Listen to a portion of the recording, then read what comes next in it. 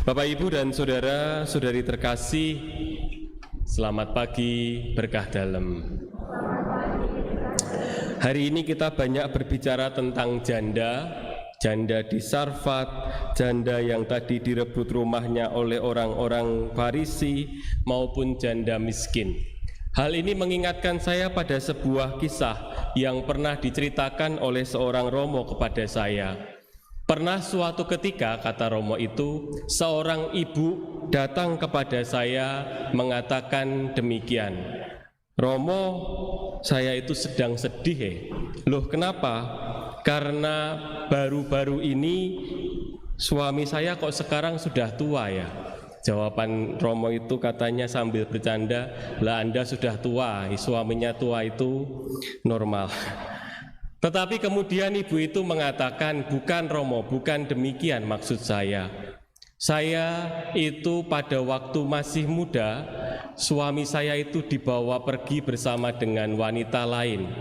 Tetapi baru-baru ini, kami tanpa ada perceraian, tetapi baru-baru ini suami saya dibawa pulang dalam keadaan sakit dan ditinggal oleh wanita itu. Saya yang harus ngopeni. Rasanya sedih Romo, tetapi ini yang terjadi." Saya pernah menceritakannya di sini, tetapi saya hanya mau mengatakan kepada Anda satu hal. Mari kita membayangkan bukan perasaan ibu itu, tetapi perasaan si laki-laki.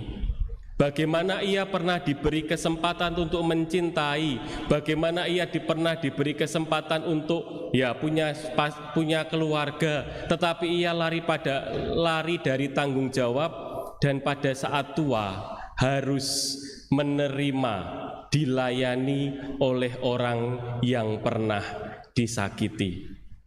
Bapak, Ibu, dan saudara terkasih, ini hanyalah salah satu kisah tentang orang yang dalam bahasa saya menyia-nyiakan kesempatan untuk berbuat baik, menyia-nyiakan peran hidup yang sudah diberikan Tuhan kepada kita. Kita masing-masing dalam kehidupan kita diberi peran, dan peran hidup itu ada waktunya akan diambil dari kita. Saya sebagai romo, ada saatnya saya ada di sini, ada saatnya saya dipindah. Di tempat lain juga akan mengalami hal yang demikian.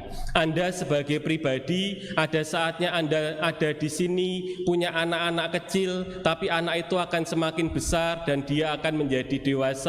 Pada waktunya dia akan menjadi tua dan akhirnya meninggalkan Anda. Artinya akan ada waktunya peran hidup Anda yang saat ini diambil oleh Tuhan. Maka dalam bahasa Inggris itu ada ungkapan yang indah sekali. Kata-katanya seize the day. Artinya manfaatkanlah hari ini. Lakukanlah peran hidupmu sebaik mungkin saat ini. Ketika kamu diminta Tuhan untuk menjadi A, B, C, D, jangan berpikir bahwa hidupmu yang indah adalah besok, atau hidupmu yang indah adalah masa lalu, tetapi hidupmu yang paling indah adalah saat ini di tempat ini. Tapi nggih wong jenenge menungso nggih, dari kata menus. Orang sering mengatakan kadang-kadang kita itu pengennya enak saja. Kalau hujan pengennya panas, kalau panas pengennya hujan. Kasihan Tuhan Allah. Kalau masih bekerja pengennya pensiun, begitu pensiun pengen kerja. Niki rodo angel tenan. Kalau anaknya masih kecil-kecil, mbok pengennya segera anaknya menjadi besar. Begitu anaknya besar, kok kamu nggak lucu lagi toh Dek seperti dulu. Jadi kita itu begitu punya hal-hal yang bisa menjerat kita, yaitu kita kehilangan kesempatan mengalami kebahagiaan saat ini di tempat ini. Dan untuk mengalami kebahagiaan saat ini dan di tempat ini, yang penting bagi kita adalah bersyukur atas peran hidup saya saat ini. Saya adalah romo yang ditugaskan di sini. Anda adalah seorang ibu yang sedang diminta Tuhan untuk menemani anak. Anda adalah seorang anak yang sedang diminta Tuhan untuk menemani orang tua yang semakin tua. dan macam-macam. Setiap kita perannya akan diambil, tetapi sebelum diambil dari diri kita, semoga kita mengusahakan yang terbaik untuk apa yang kita jalani hidup ini. Karena dalam bahasa Jawa orang mengatakan urip mono lir gu manti. Hidup itu berjalan seperti air, akan tiba waktunya yang sekarang kita miliki akan diambil dari kita, dan kita akan diberi pekerjaan, tugas, tanggung jawab yang lain. Demikianlah kita membaca bacaan pertama dan bacaan Injil hari ini. Bacaan pertama ini adalah kisah tentang Nabi Elia. Nabi Elia itu pernah menjadi nabi yang terhormat di dalam kerajaan, dan ketika akhirnya kerajaan itu kedatangan seorang raja namanya Ahab, dan raja itu mempunyai istri namanya, masih ingat? Ahab itu istrinya siapa? Isabel yang membawa masuk 450-an nabi-nabi Baal, artinya agama lain yang dimasukkan ke dalam kerajaan, mendatangkan juru agama tertentu, hingga akhirnya Elia pun tersingkir. Tetapi sebelum tersingkir, ia diminta oleh Tuhan untuk mengatakan bahwa tak akan ada setitik embun pun di negeri ini sampai waktunya Tuhan berkenan. Benar, dia dari seorang yang terhormat di kerajaan, dia harus pergi, bahkan pergi sebagai sebagai pribadi yang pelarian. Dia pergi ke tempat namanya mana? Janda di Sarfat, di daerah lain.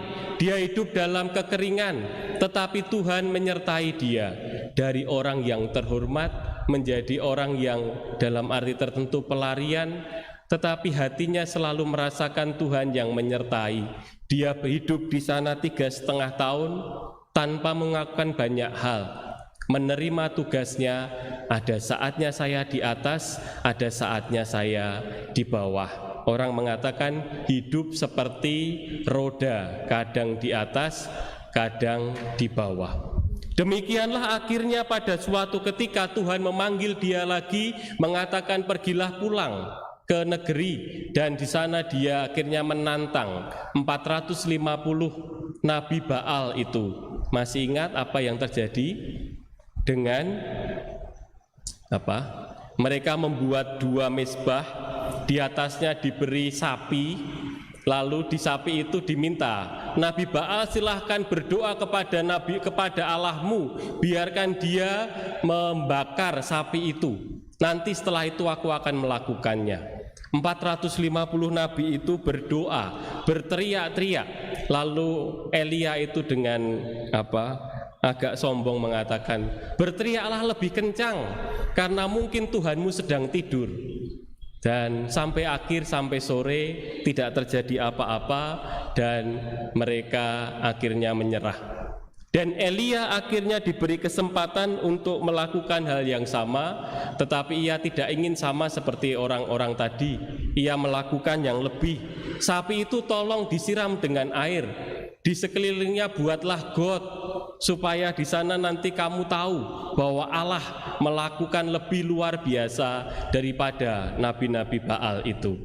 Dan benar, disiram dengan air, dibuat got, dan Elia berdoa. Tak berselang lama api datang, dan setelah itu tak berselang lama turun hujan yang sudah dinanti-nantikan oleh umat Israel waktu itu.